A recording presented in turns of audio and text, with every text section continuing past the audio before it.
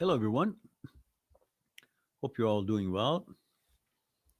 Let me know if you can hear me well and if the resolution is okay. Let's see. Oh, yeah, the trip to Hawaii is always in my cup.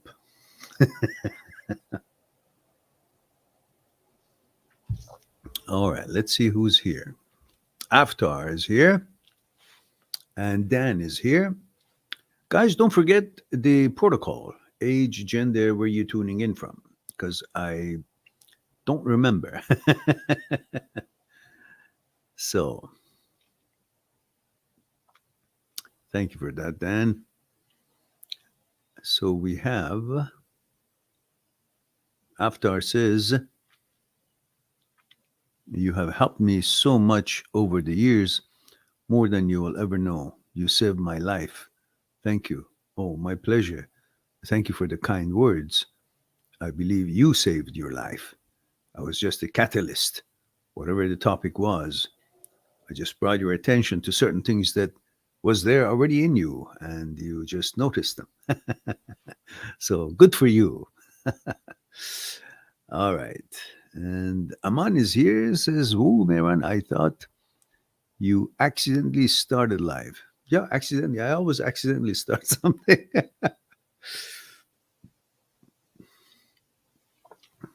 Well, it's I had a short walk. I went to the bank thinking the bank is open, but so I hurried to make sure before it closes because the internet said 4:30. So I was there 15 minutes earlier. The bank was closed already. So it's like they were not open today at all, but it wasn't showing it on the regular schedule. It's a holiday type of schedule. So then I went for a shake at my favorite shake store. Then I had a walk on the beach, sea walk a little bit, just about maybe 20 minutes or so. It was pretty cold. It wasn't that cold as it was a couple of nights ago when I took a 1 hour and a half minute, 1.5 hour walk at about 11:30 at night. It was minus 10 degrees Celsius. Tonight it was only minus 4, and it was only 4:30, 5 o'clock, but I had enough. I said I go home, make tea, and talk to people who have the time to join me, and then do some work. So Dan says 38 male from Los Angeles. Oh, from Las Vegas. Oh, all right. Las Vegas, Dan. Thank you for that. Aftar says 39 UK male. Thank you for that, Aftar. And Aman says 20 male India. Thank you for that. Aman, what are you doing up so early, isn't it? It's what? It's about 6:42 a.m., something like that? Or is it like 7:15 a.m.? Aman says 2021 ending. I'm feeling worse as I've wasted my 1 year doing nothing.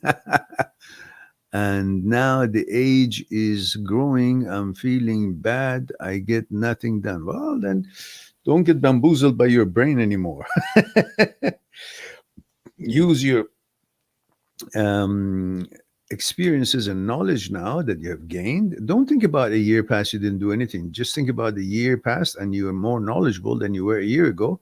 And from now on, you can use that knowledge and experience to help yourself to have a smoother coasting throughout the years yet to come.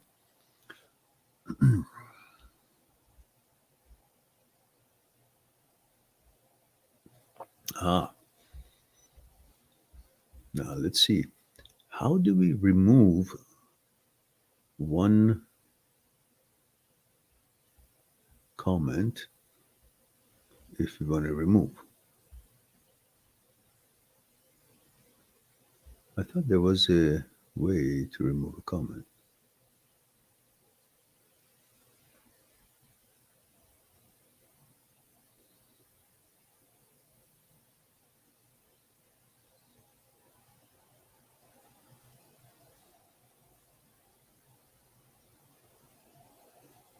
Hmm.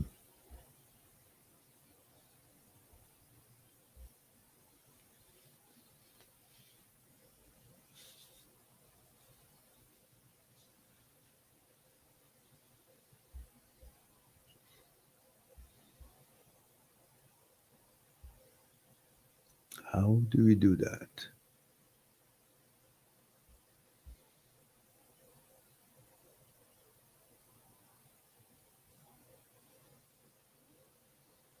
Okay. I don't know. All right. And Dan says, I deleted the comment on my end, but still showing on your screen. Yeah, I know. I don't know how to change it. Hang on. I'm going to change it to something that is not that. How about that? There we go. Hang on, hang on. I know what to do. Please include your age and location. Age, gender, and location. Thank you. How about that? How about that?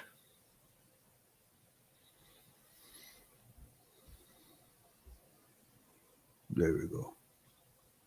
There you go. That's the trick. There we go. Better? Gotta trick the system. Or better yet, I should actually.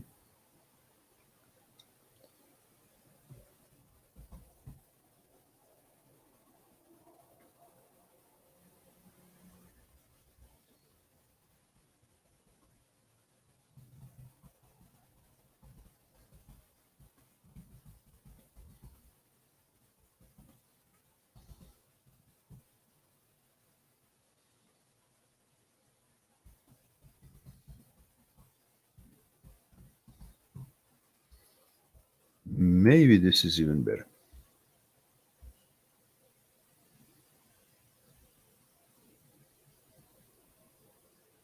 There we go. All right. Aman says, in your experience, what does the meditation do to mind? I'm asking because there is an Indian celebrity who had deadly social anxiety, and now he's the greatest speaker now, and they said meditation did that. Well, meditation, among many other things that it does, which includes of many, which I can't remember all,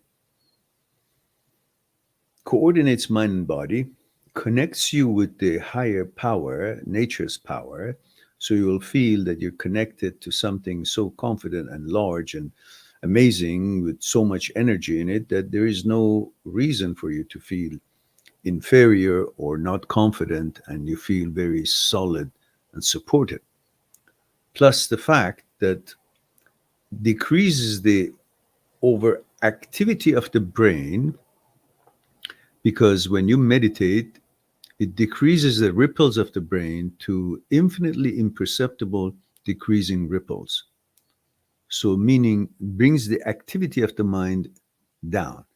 And when you have anxiety, any kind of anxiety, is because the brain is being overactive, is reacting to things that either not there, conjures up things, or danger signals unnecessarily are being sent through the amygdala, and your body wants to react to it. The fight and flight and freeze is exaggerated.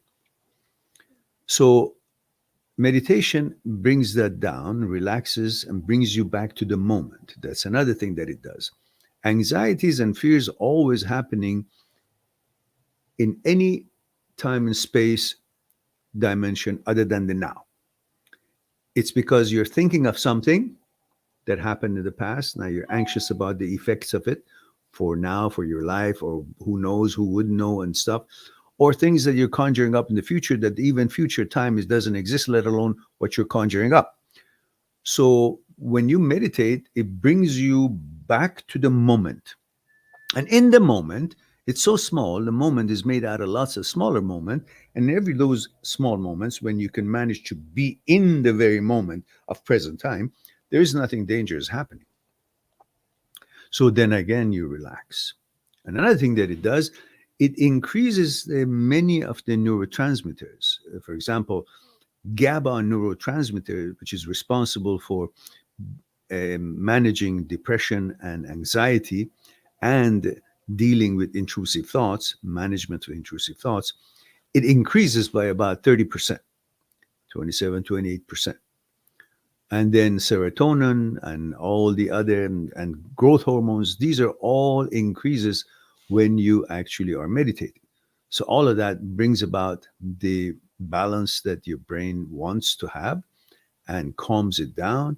And if you continue meditation through neuroplasticity, which means a continuation of doing something over and over again, your brain rewires itself and learns how to behave even when you're not doing meditation, and just helps you in achieving whatever you want to achieve, whatever you want to focus. And it keeps away the debris and the nonsense and distortions and distractions and statics away from you. That's pretty much in a nutshell. And we have meditation, guided meditation segments in the videos. Just go on the search engine of the channel and put in the word meditate, and you'll have a number of videos which you can choose which is suitable for you at that time.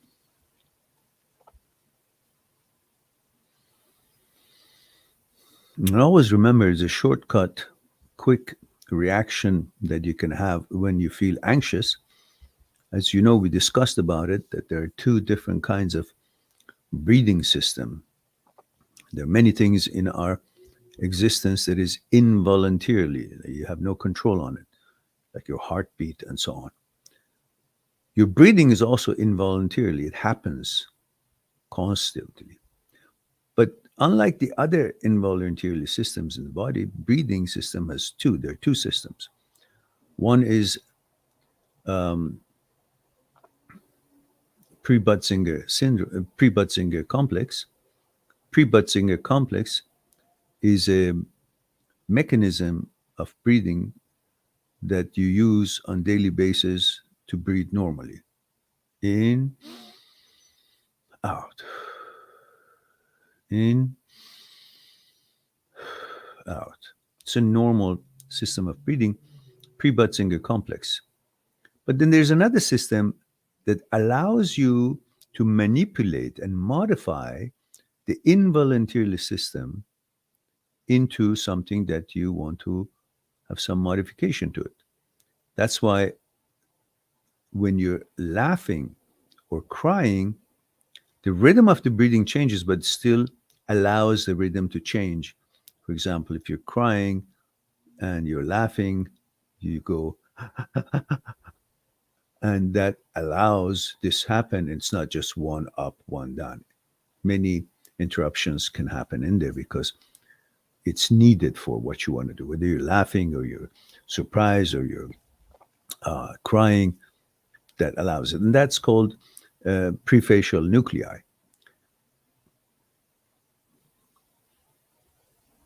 Parafacial nuclei.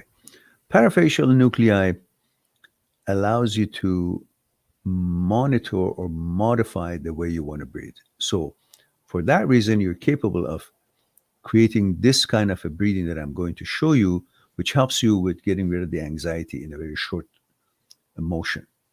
So you do a double breathing. Instead of one breathe, you add another one. So you go,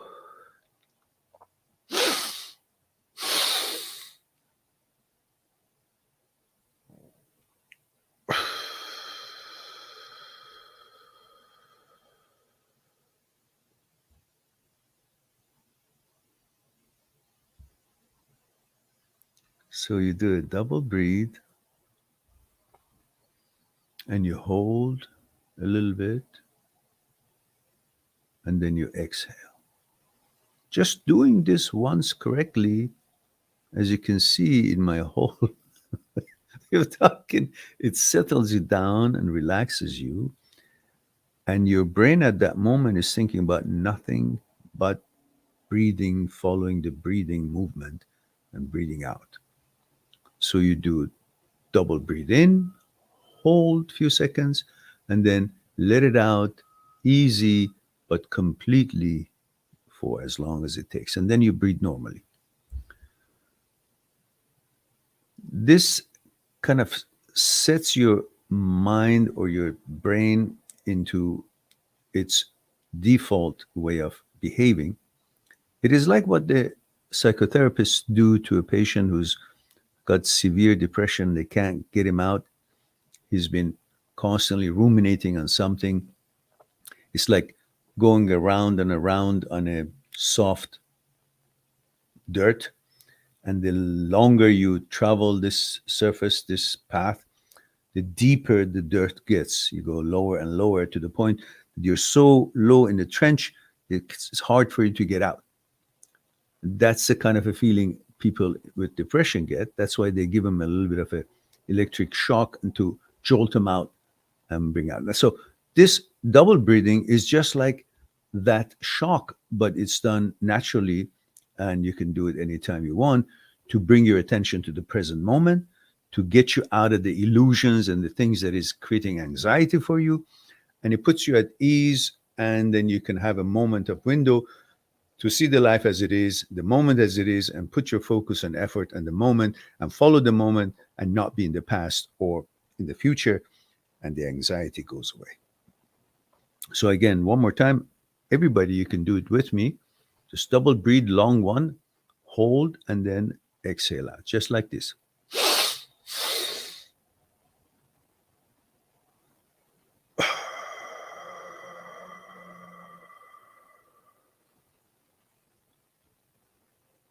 And then breathe normally. Empties the brain and resets the whole thing. And the anxiety is very much out, if not gone away.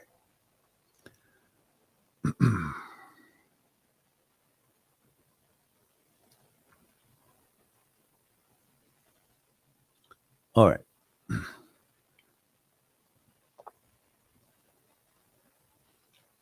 Dan says, how do you overcome jealousy and trust issues?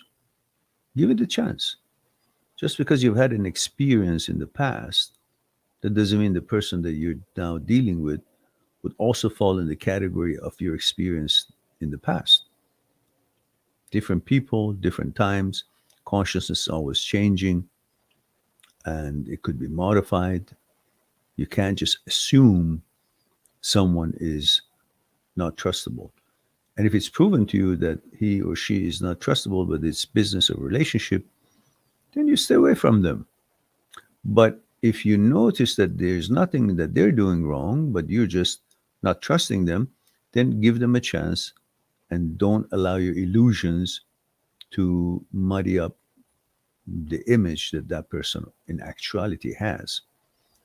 So don't create an image for people and then stick to the image and interact with them according to the image that you drew for them in your mind, that they're not honest, you can't trust them. That's the image you drew for them. But the fact is, you see them from their actions and behavior over time. And if you notice, over time, you will see that, oh, it was uncalled for the way I felt about them.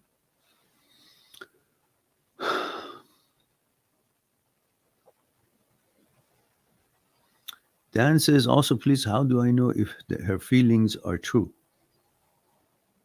If she's acting attentive to you, if she cares about certain things that you care about her, or at least some of them, and if she is with you, present in the time that you spend with each other rather than keep doing other things, well, you know that she's interested to be with you. And these sort of things is not really that necessary for you to see if her feeling is true for me. Why do you think she has extra time in the world to pretend she's interested in you, but she's not? Why would she do that?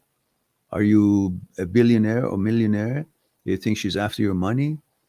Well, if you were, well, there would be a concern to check and make sure that she's really there for you, not for your money. But if you're not a millionaire, if you're at the age that is just young, which let's see, what age were you in? Were you 30s, 38? And she's interacting with you and she's paying attention to you and you guys having a good time and good conversations.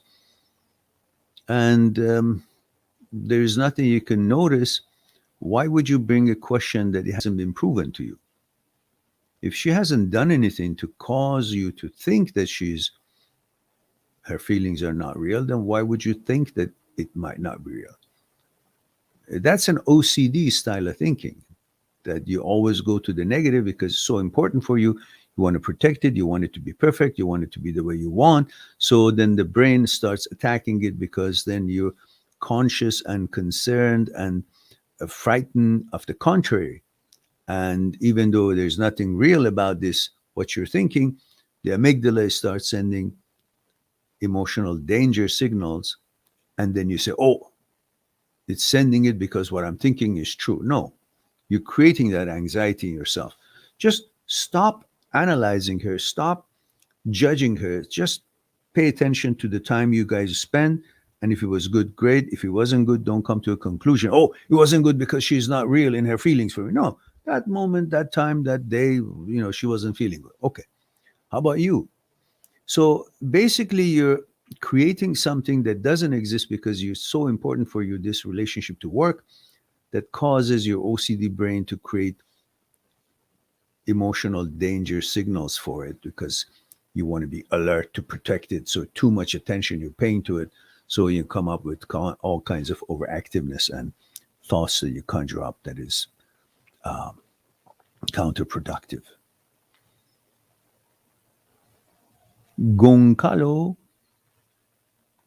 Figueras. I hope I didn't butcher your name. Goncalo Figueiras. Okay. Anyhow, he says, love your work and know you are deeply appreciated. Somehow I seem to come back. Can you please address the issue of retroactive jealousy? Give me an example, Goncalo. What do you exactly mean? Give me an example so I can see it as you see it.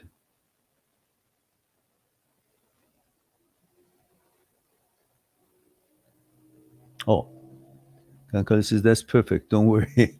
How to treat negative, repetitive thoughts. Oh, that's a different person. So if my comment already answered your question, Goncalo, okay, I'm delighted. If not, then let me know. Goncalo says, sexual OCD images of the past lovers. And again, it's very general. What do you mean? You imagining your girlfriend's past lovers, that they're still having relationship with her? Or what is it that you're talking about? Sexual OCD images of past lovers. Or is it your past girlfriends that are coming to mind when you're with this girlfriend? Again, guys, please let me know your age, gender, where you're tuning in from. It helps me out to sort things out while I'm reading your questions.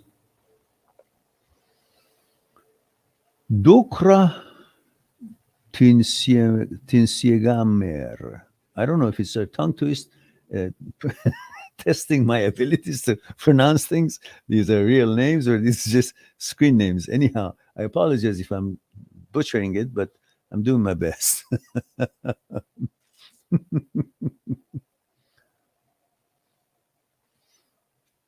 All right. Moral of the story says, you have changed my perspective on so much. My name is Ari I'm 26 from New York. Well, I hope it's for the positive. And thank you for the kind words.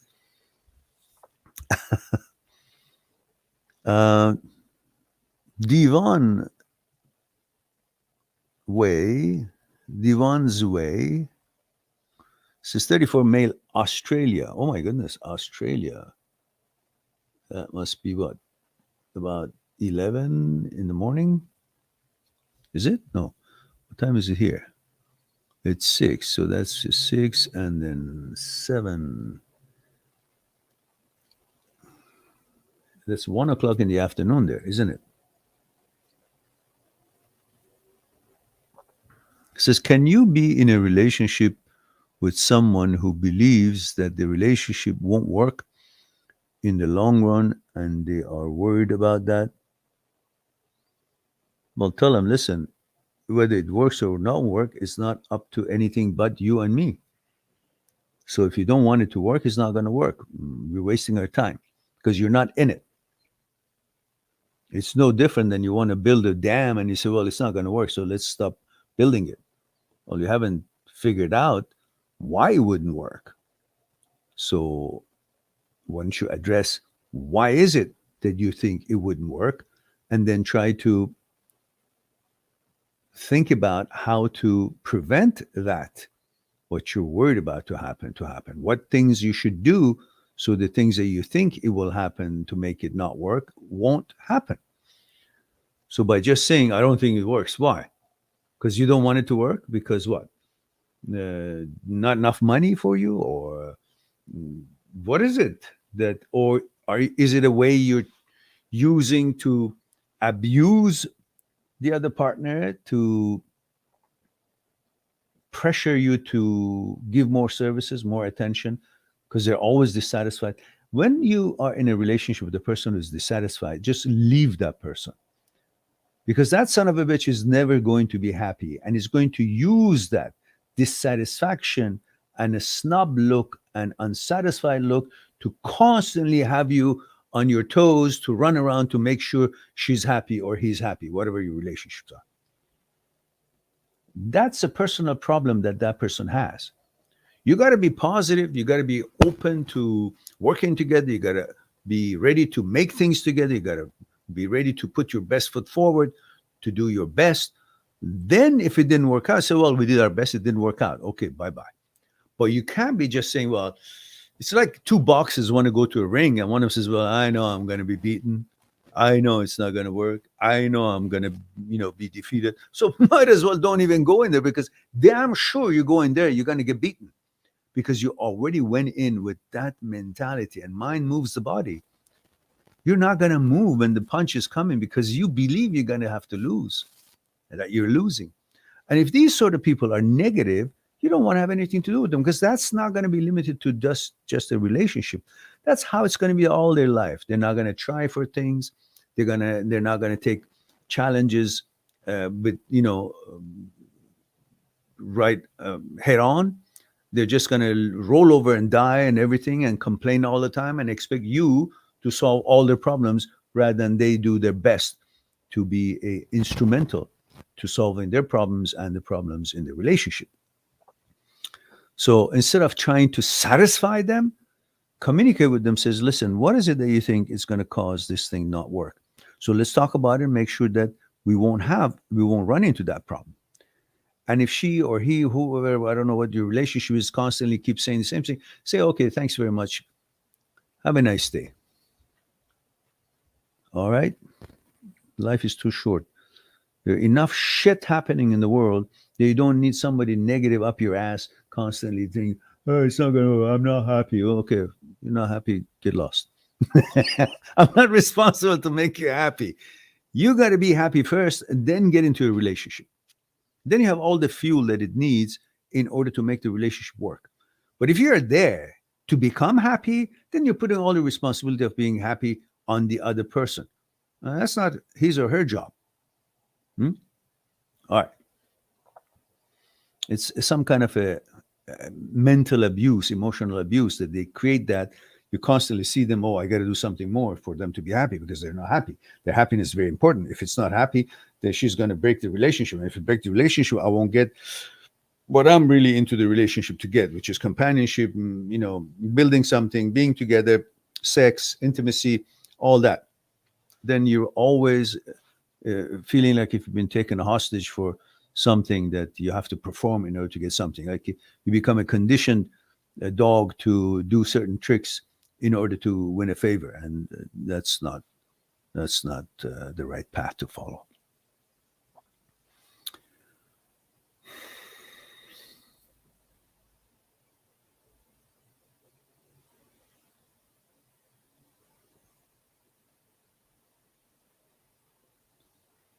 Moral of the story says, I'm still angry at my ex for the disrespect towards the end of our relationship. Although I'm over her, I still find myself angry about how she lied and used me. I forget to put that I'm a female. God damn it. Now you tell me after I've already tried whatever I could say. I thought you were a man because the moral of the story and the of course the moral story is not the reason, but the thumbnail, it's a silhouette of a man. That's what I see in here. Come on, guys. Let me know the info ahead of time. But anyhow, that's how it goes. Too bad. So what are you talking about? I forgot to. Okay, female, but yes, and yes, it was for the better. Yeah, but look, what is this? What is this respect thing that you guys come up with? Because I had the same problem. I expected the world to be cordial, respectful, because I always thought to be a gentleman, to be respectful, especially to ladies, or to any situation in life. I thought respect is very important. I don't know. I must have been some kind of samurai warrior in the past. No respect. God damn it. Very, very strict. However, this business of respect comes from the concept of every one of us has created an image of him or herself in our own mind. So, in other words, we represent ourselves through an image of us. And the image has become more important than ourselves. So, in other words, we see ourselves in a certain way, in a certain manner, certain echelon, certain character, and we introduce ourselves through the image we have of ourselves in our own mind to the world. We interact with them through this image. And this image and its quality and its shine and its shields around it becomes very important. And if somebody somehow throws something at it, instead of us realizing that this is the image that has been something been thrown at it, or a disrespect or a mistreatment has happened to it, not me, the image is actually shielding me. We think the image is me. So somebody says something really has no bearing on me, doesn't hurt me, nothing happens to me. But because it tarnishes the image I've created of myself in my own mind, and thinking that now the image I wanted people to see me as is not being seen or respected as I intended to in the eyes of this person or that person, then I have to now get upset and protect that image because I think it's more important than me, myself. So what you need to do is to stop having images. You see, when you get out of your home, when you go to a store, buy milk, you have an image of a buyer, a shopper. If you're working at the store, you have an image of a clerk, shopkeeper. If you're getting on the bus to go to school, you have an image of a passenger. If you're driving the bus, you have an image of a bus driver. You have an image of a student in the classroom. If you're teaching the class, you have an image of a teacher. When you come home, when you go to your parents, you have an image of a daughter or son. To your children, you have image of mother or father. These images are interchangeable. As soon as you come out of the store where you went to buy milk, your image is disposed of.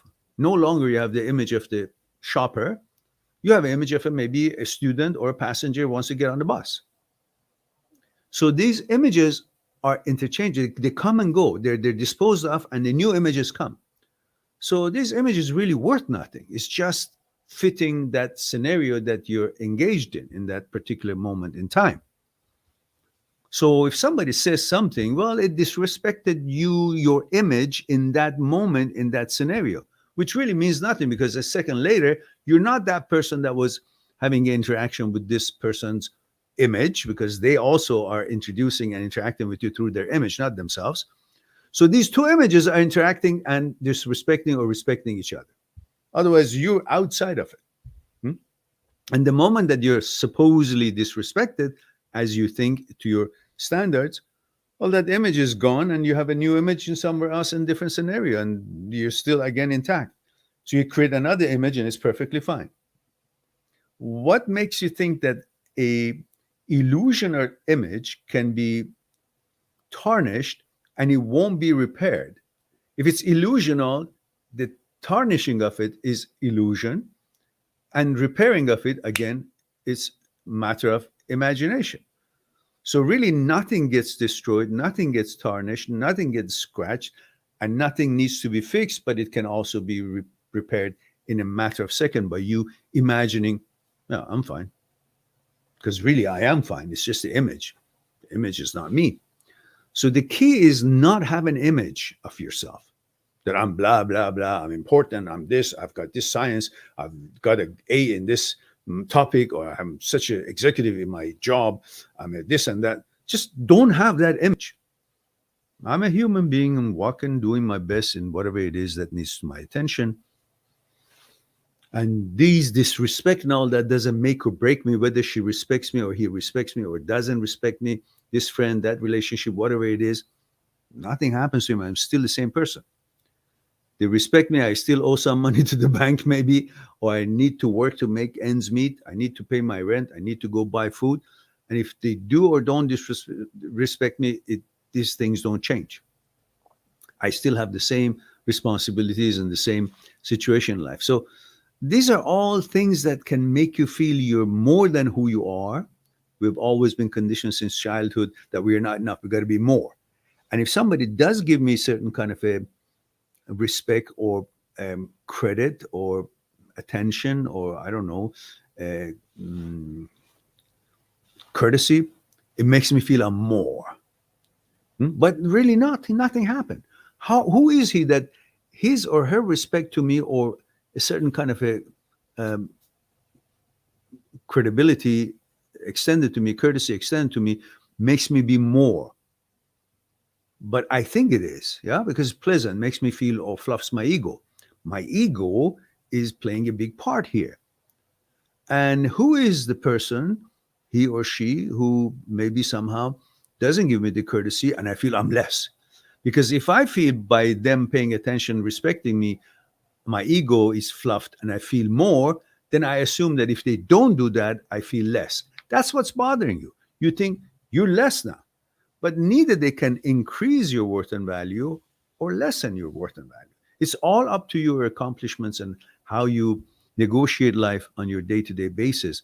Otherwise, all these are illusional, fictitious images that you have created of yourself in your own mind, and nobody can hurt you. Nobody can affect you in any way, shape, or form, or bring you lower than what you have accomplished or higher than what you have not accomplished.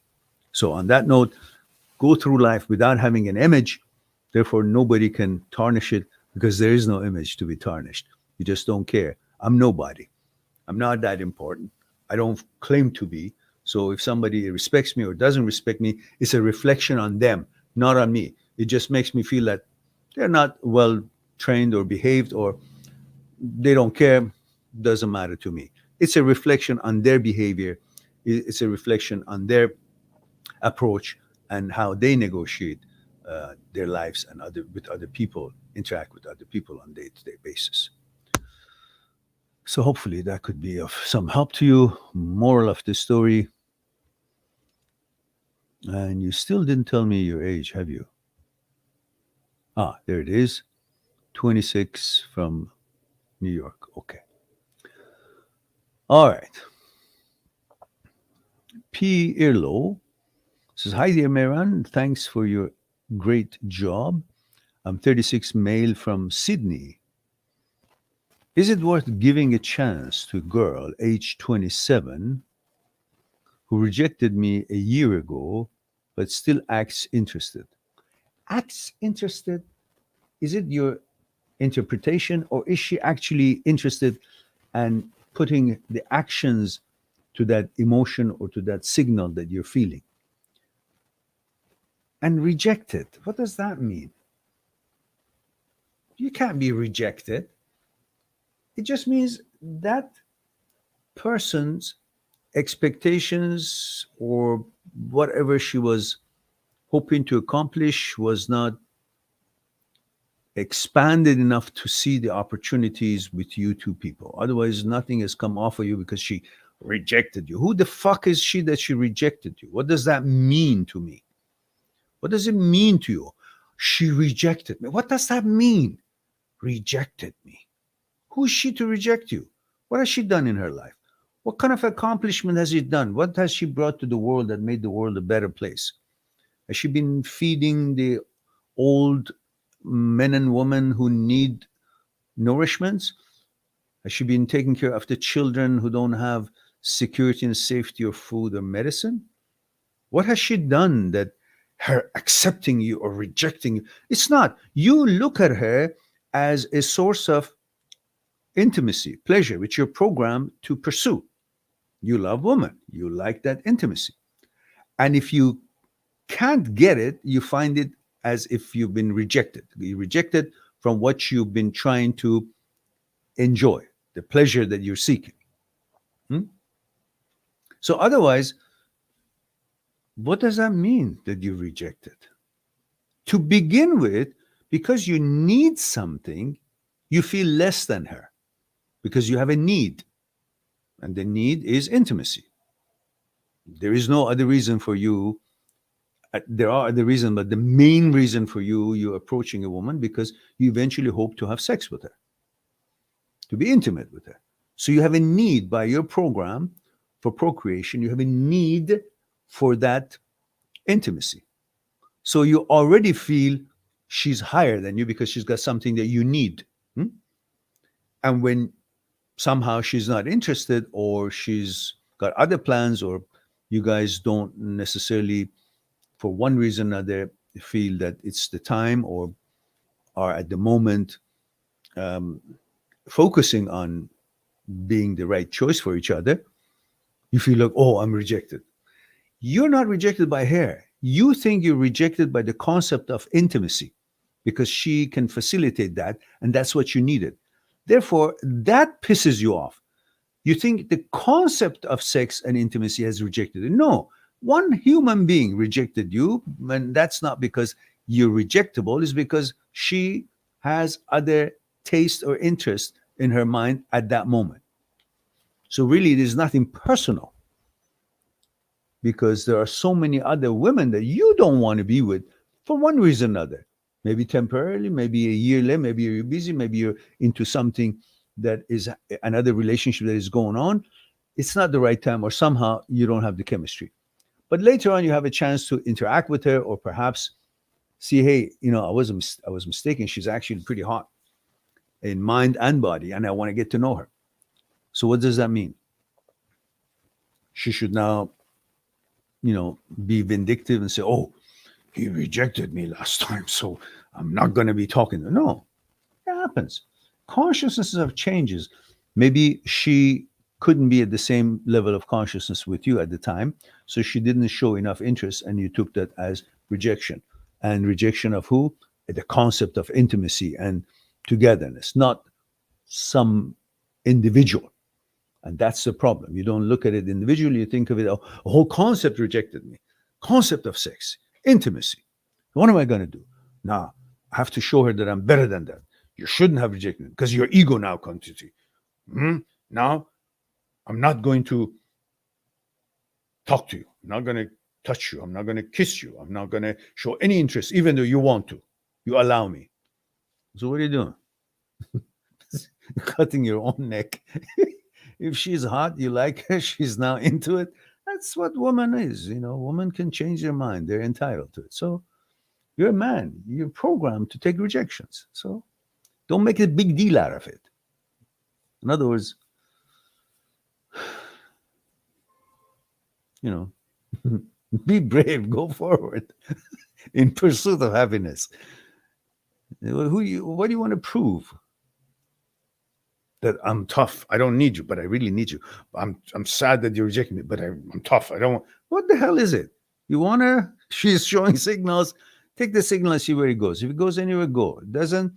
Don't one day tell her, but that day you rejected me. Oh, just don't be a pussycat. We are designed to be rejected. Fuck it. Yeah, we get rejected, we come back. That's what we are. We are men. We build. We do things. All right. Moral story says, thank you, your call. Welcome. Goncalo says, dear Marin, I meant sexual images of her with past lovers. See? Sexually coming to mind all the time from what I know, even though we have a very good relationship. Please, I would love to hear your thoughts. It means nothing. What are you trying to get at? She's a human being. She wasn't going to wait until you show up, and she's not going to experience any emotions that God has given her, universe, whatever you call God, nature has given her, just because someday you may want to be between her legs, and you should be only one. You're treating her like she's a commodity. She's a human being with all bells and whistles and emotions that you have and every other woman or every other man has. We are entitled to exercise those emotions, and she's not going to be waiting around knowing that you would have been. How does she know? She's a human being, and someone pays attention to her, and she finds that person interesting at the time with her consciousness level at the time, which changes. This girl that you're with is not the same girl that was with other guys. Her consciousness, her taste, her appreciation for qualities is changed. That's why she's now with you. At the time, she was a different level of consciousness, and that was what was suiting her at the time. That's her level of understanding was. But thinking that she shouldn't have been with anybody until you show up, that's egoistic. It's unreasonable and it's unrealistic. Have you not been with anybody until she showed up? What, she should be thinking about all the other girls that you've slept with? It's not realistic, is it? So you simply allow these OCD thoughts show up, intrusive thoughts show up, and accept the fact that thoughts can exist. But because they show up, these images in your head, doesn't mean there's anything less from her, doesn't mean she's in bed with them, doesn't mean there's anything diminished from her, doesn't mean anything about anything. It just means thoughts can exist. And because she's very important to you, the sense of protecting this relationship and exclusivity because of your ego being the picture is motivating your amygdala to create these emotional danger signals, and then you think it's something really that you have to be concerned about. No, it's something that is normal to happen. If she didn't have anyone in the past, then you could have been worried about, is she thinking about having another relationship with somebody else because I'm not the only thing in this life that she could be experiencing? Is she thinking about leaving me? Is she wanting to try somebody else? But she's already tried. And you're chosen, which means you're her preference. And that's the security you need. That's all. So let it go. It's all fine. Allow thoughts to be there. Don't try to stop thoughts. Oh, bad thought. No, allow it. And say, yeah, okay. I've been with other girls and she's been with other guys. Okay. So what? but it is me and her together now. Nobody else is around. Nobody else has a chance. It's her and I. That's the only thing you should focus on. It's her turn with you, and it's your turn with her, and you are together. No, nothing else is there, and nothing. Everything else has been in the past, and the past doesn't exist. Past is dead. So you're worried about something that has happened in the past, and the past itself is dead, doesn't exist. Those events are also don't exist, but you're just simply creating the existence of it, something that happened in the past and doesn't exist now, but you're having that in the memory and you're thinking that virtual signature is actual. This is bullshit. You're wasting your life. Stick with the actual, which is you and her together. And everything else, just like you and the history. It's like me thinking, the country was destroyed. Well, that destroyed maybe whatever country it is in the past, 1,000 years ago. But now the happening is not the same as before. So I don't have to worry about that. This is the reality that I'm living in. So that's the reality with you and her. And stop judging or imagining anything that has happened in the past. And just as it happened for you, it happened for her. But imagining it as if you want to stop it and make it not has happened, it's all bullshit. Understand these things are part of life. We are part of life. And allow thoughts to come and go. If you don't hang around to it, try to analyze it, the stopping, the destroying them, it's bad, I don't want it, then they will linger because you're spending energy with it. But if you don't, then you will be the ocean and the thoughts will be ships. Ships come and go and the ocean doesn't stop them to investigate them. It says, okay, come and go, because the sooner you go, the more I see my own beautiful view and sceneries.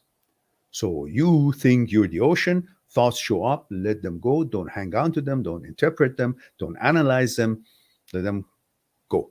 Accept that they can exist. So they will go through without you holding on to them.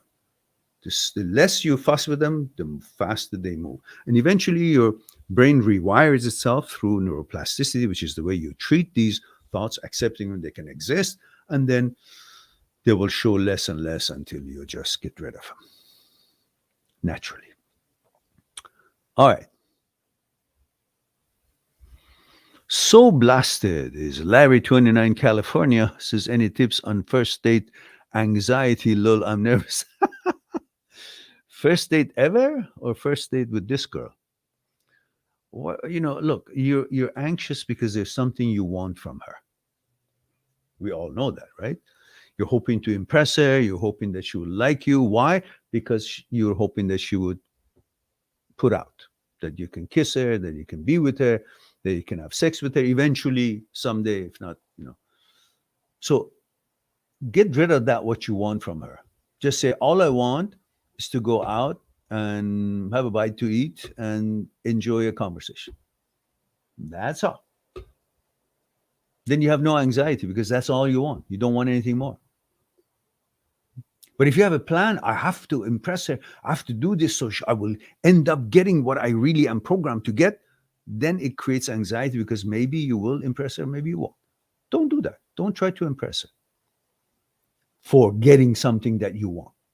Just go there to give her a good time, be a gentleman, have a good conversation with her, and enjoy the beauty of being on a date. That's all.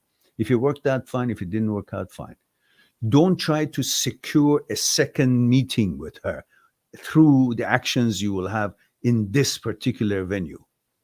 Just go there, be a gentleman, have fun, talk to her, hear her, listen to her, see what her interests are, have a conversation, and live a date night. That's all, without any expectations. You probably score a lot more than this way, than having something in your mind that I have to accomplish that tonight. There's nothing to accomplish. Just be a good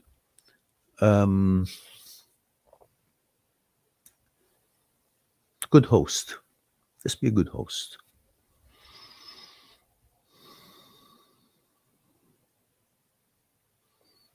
Gongalo says, thank you. Much love to you and wish everyone here the best. Okay, you're quite welcome. My pleasure.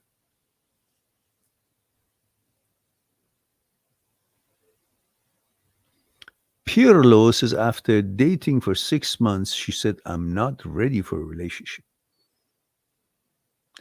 I said, then no reason to keep seeing each other. After that, she keep stalking my social media and so on.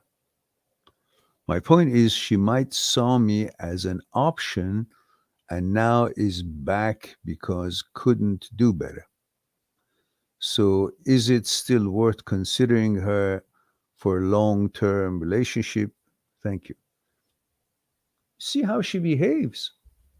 See how you guys hit it off. See how you guys become compatible in your treating each other, in helping each other to grow.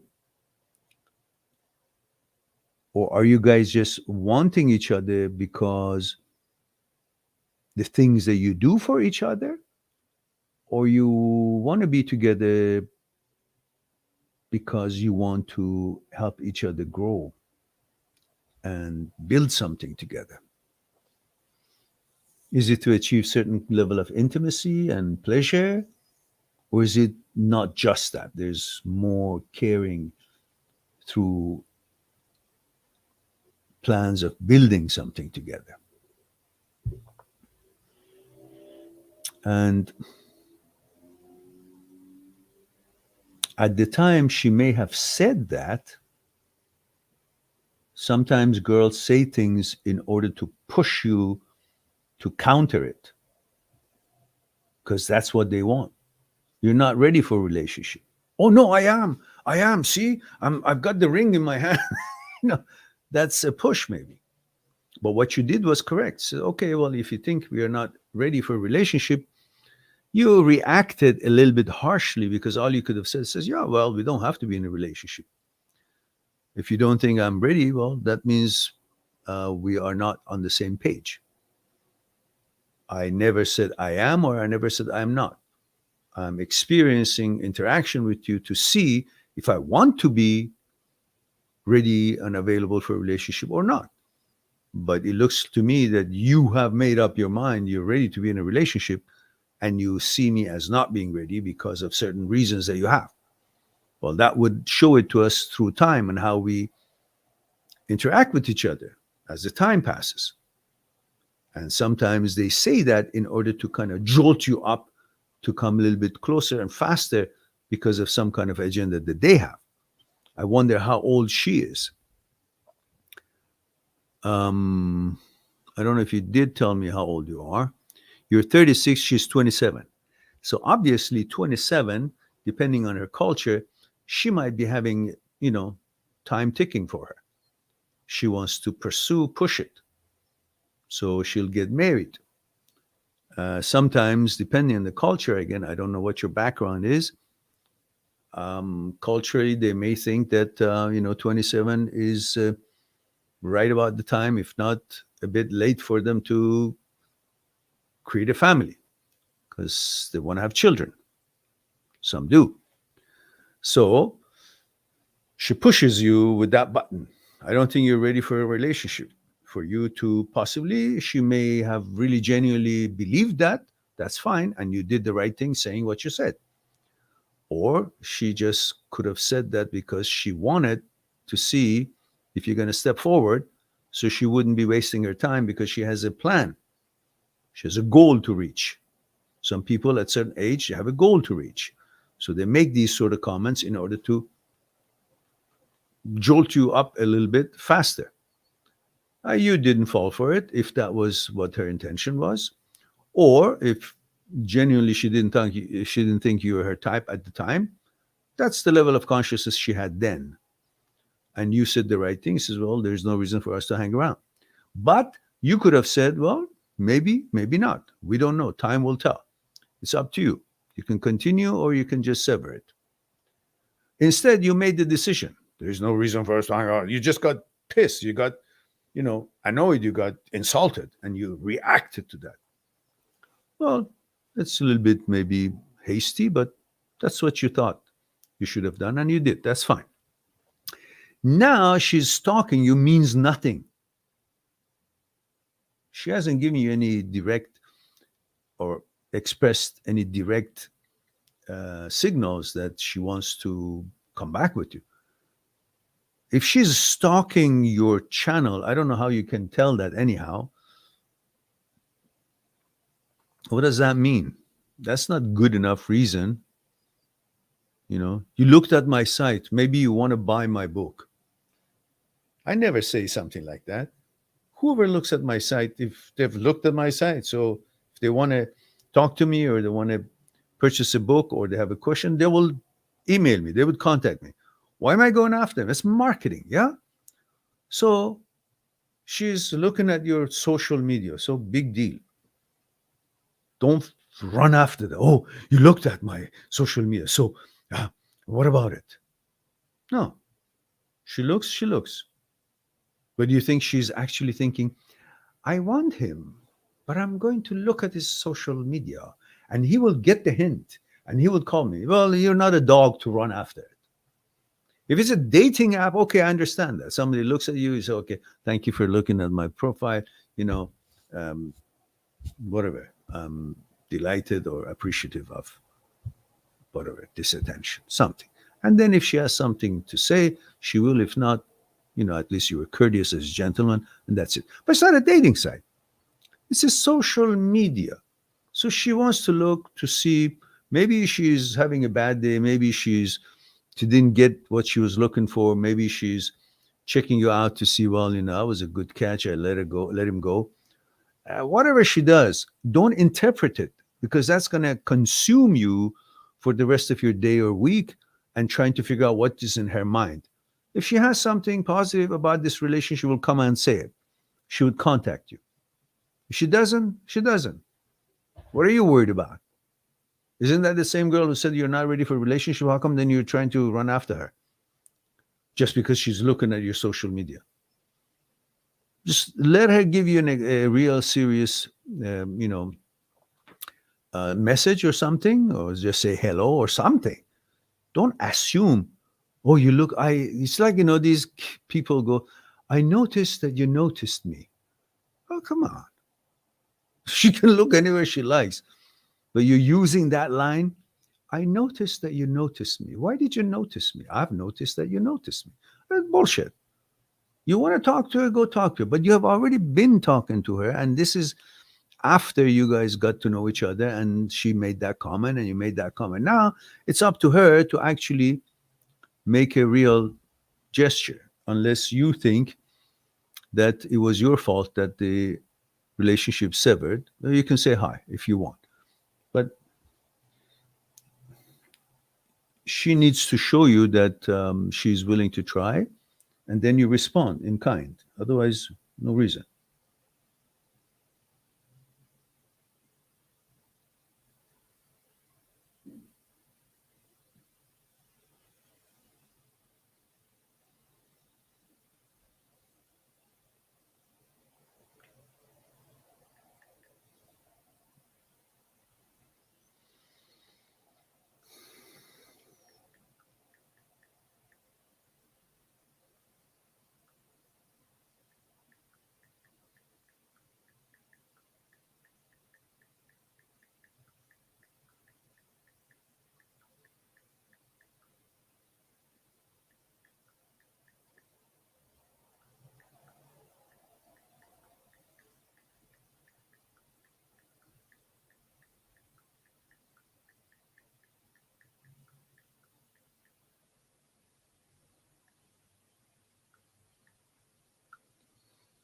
Sorry about that, guys.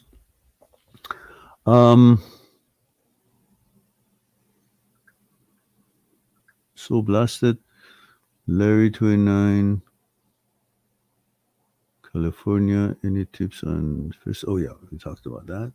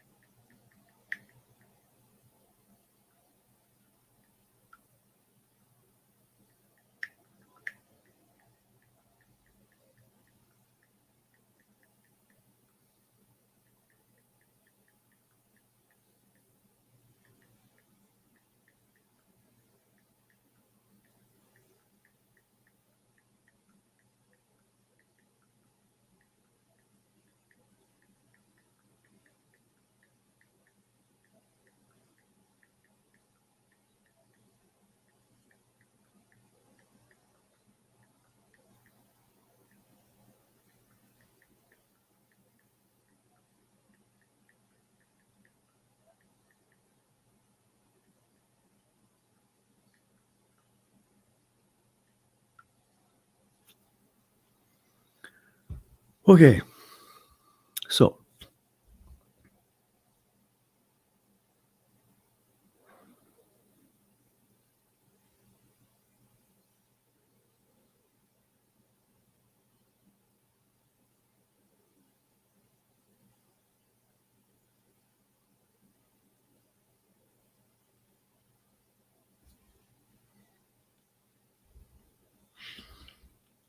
Aman, don't interpret these things. You liked what you liked. That has nothing to do with the rest of the stuff you say. Just don't pay attention to all these things that you call it trigger or not.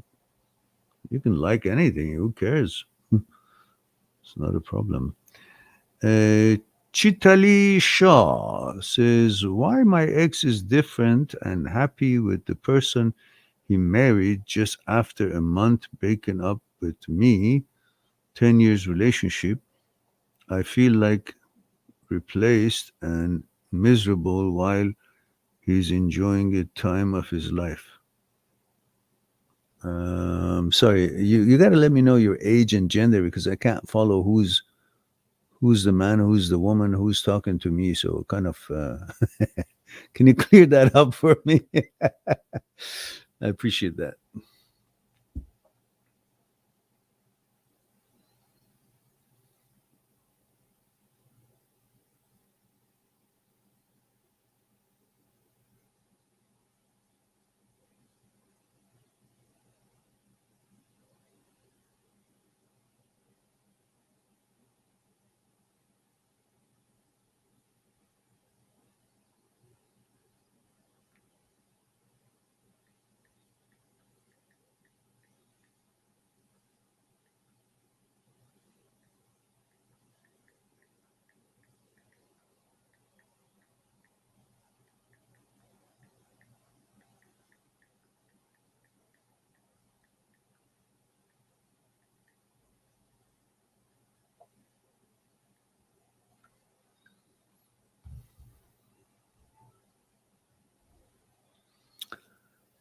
34 years female. Aha. Okay, got it now. So Chaitali Shah says, my ex is different and happy with the person he married. Oh, look, how do you know? At the moment, it's novelty. For 10 years, it was with you. Now it's something new. And he thinks, okay, it's whatever, something novel. Wait till about 5 years and then I'll tell you if they're happy or not, or 2 years or a year. So, and regardless if he's happy or not, who gives a shit?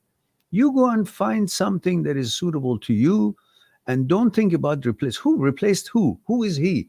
That if you're with him, you're high. If you're not with him, he chose somebody else, then that devaluates you. People's choices do not value it or devalue you. It's for what is suitable for them at their consciousness level. And you go and find your own life and your own match. Obviously, this wasn't your match. Why? Because it didn't work out. Why would you want to be with someone who, after 10 years, have moved on with somebody else and you think that person is the right person for you? How could you do that to yourself? Look at it from your point of view. The man was with you for 10 years and then he's gone, broke up with you, and a month later married somebody else. Obviously, he's been chatting with somebody for a bit, maybe, or whatever the reason, however it happened. The fact that after 10 years, he couldn't find the commitment, and a month after he went and married somebody else, tells you that this is not the right man for you. So why would you bother? That you're replaced by what? By the wrong choice? Yeah, you want to be replaced by somebody who's not the right choice for you. And obviously this wasn't the right choice. So what do you care? You got to be happy. You got to be happy. And now find somebody else. And next time, don't linger 10 years with someone who hasn't put a ring on your finger, or or something that is not, meeting your expectations. So, guys, I'll take a break, put some tea up. I'll be right back. Subscribe on my channel, visit my channel, and go through the videos that you might be interested in. Mind that seeks truth.com is making it one step away to talk to me one-on-one on Skype and discuss what concerning you. I'll talk to you soon. But we too, like the iceberg, have 1,000 times bigger powers that is not visible, and we must. Why? Is it something we're rambling on and I expect you to accept it? Or is there actually another power within us? Would you come and help me out? Okay. What I want you to do is put your hands underneath my arms and just lift me up. There we go. Okay, now, that's my physical part, right? Same thing, again, with that. Just want to see if there's any difference. Go ahead. Now, go ahead. Now, this, go ahead, when you're ready. Go ahead. So you see, this is different than what he was doing, and I'm not really doing anything. You convinced? Yeah. So are you guys convinced that there is something other than, thank you. Thank you very much.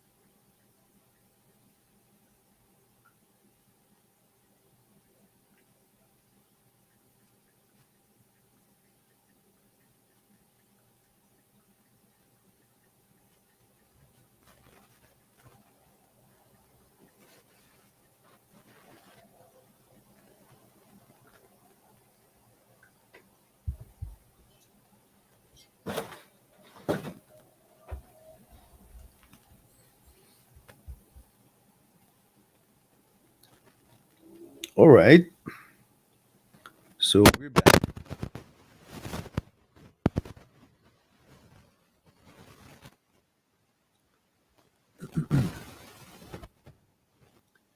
Well, it's been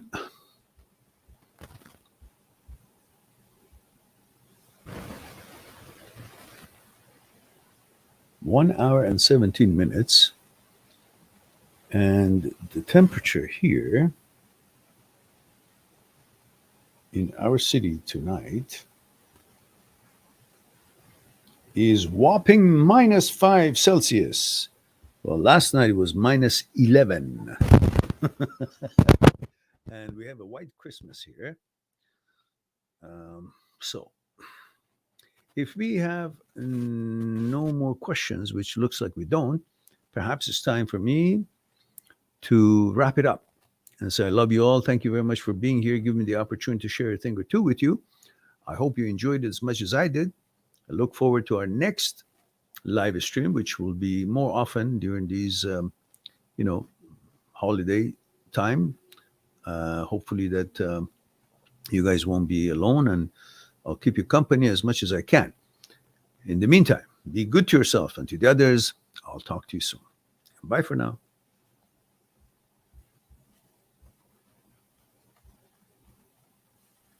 Subscribe on my channel, visit my channel, and go through the videos that you might be interested in. Mind-that-seeks-truth.com is making it one step away to talk to me one-on-one on Skype and discuss what concerning you. I'll talk to you soon.